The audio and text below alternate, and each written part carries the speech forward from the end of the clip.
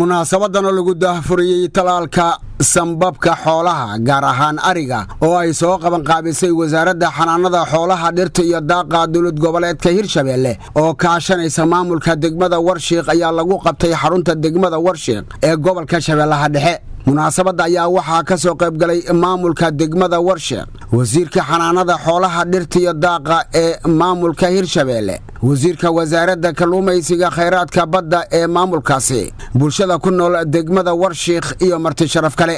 gudoomiyaha degmada Warshiiq ee gobolka Shabeellaha Dhexe Axmed Xuseen Axmed Shiidka ayaa ka warbixiyay muhiimadda ololahan talaalka xoolaha uu leeyahay.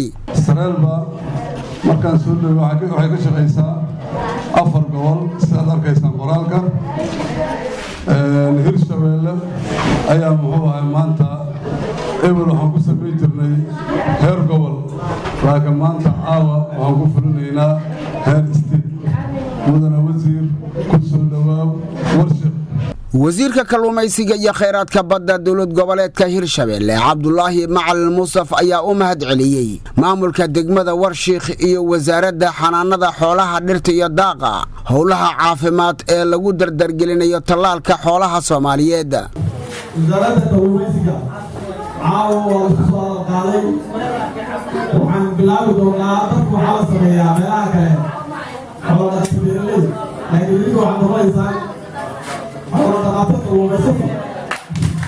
wasiirka xanaanada xoolaha dhirta iyo daaqa dawlad goboleedka Hirshabeelle Dr. Xuseen Cumar Cilmi oo ka hadlay ololaha lagu daahfurayo talaalka sambabka ariga ayaa ku booriyay bulshada ku nool deegaanada maamulka Hirshabeelle inay ka faa'iideystaan talaalka xoolaha.